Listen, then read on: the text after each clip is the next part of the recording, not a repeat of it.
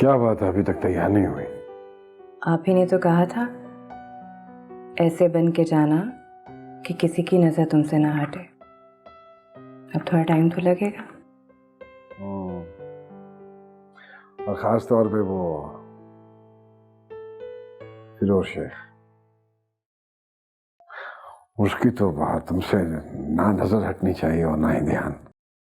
फिरोज शेख? नहीं जानती हूँ ना? नहीं, मैं सिर्फ एक फिरोज शेख को जानती हूँ, जो बहुत मशहूर हैं, कोई वजीर भी हैं। हाँ हाँ हाँ, बिल्कुल बिल्कुल, उन्हीं की बात कर रहा हूँ। तो क्या वो भी वहां आ रहे हैं? अरे हाँ, बल्कि ये पार्टी उन्हीं के एहसास में तो दी जा रही है। अगर हमारे उनके साथ ताल्लुकात अस्तवार हो जाते हैं तो इसका फायदा ना सिर्फ मुझे फिल्म बनाने में होगा, बल्कि वो जो मेरा इंपोर्ट एक्सपोर्ट का कारोबार है उसमें भी बहुत फायदा होगा। बस अब ये तुम पर है कि तुम उनको किस तरह शीशे, मेरा मतलब है कि उनको किस तरह अपनी तरफ मुतवज्जा करती है। मैं?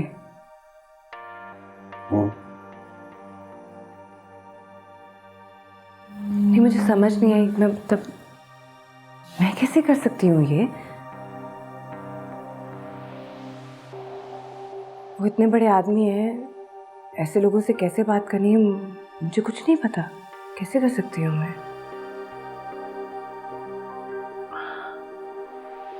हुस्न को अल्फाज और जुबान की जरूरत नहीं होती, अदाएं काफी होते हैं।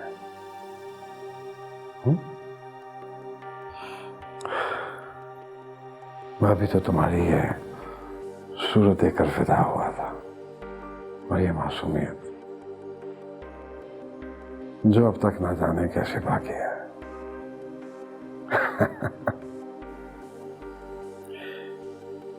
फिरोज शेख को मुतासर करने के लिए तुम्हारी जहानत की जरूरत नहीं है, अदाएं काफी है।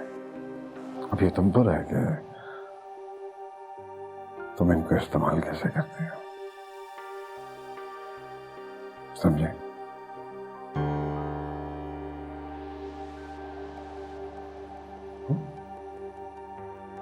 क्या हुआ, कुछ गलत कहा मैंने?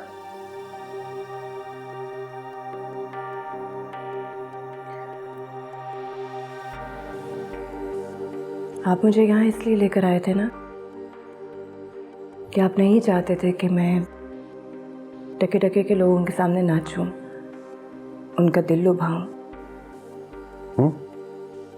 और आपने ये भी कहा था ना कि आज से तुम्हारा बनना संवरना, तुम्हारी अदाएं, सब कुछ मेरे लिए।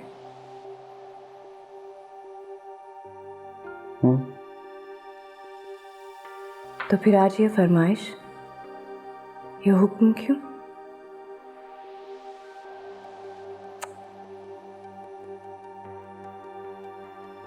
तुम मेरी हो, मेरी मलकियत हो।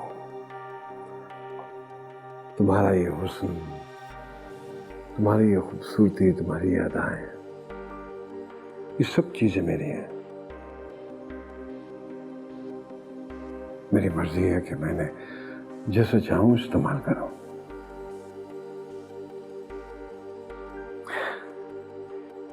अब अगर तुम्हारी ये खूबसूरती, तुम्हारी ये अदाएं, ये हुस्न मुझे फायदा नहीं दे सकती, तो फिर ये मेरे किस काम?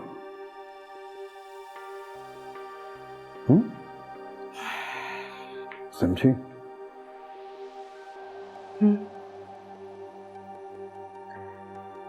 बहुत अच्छी तरह से।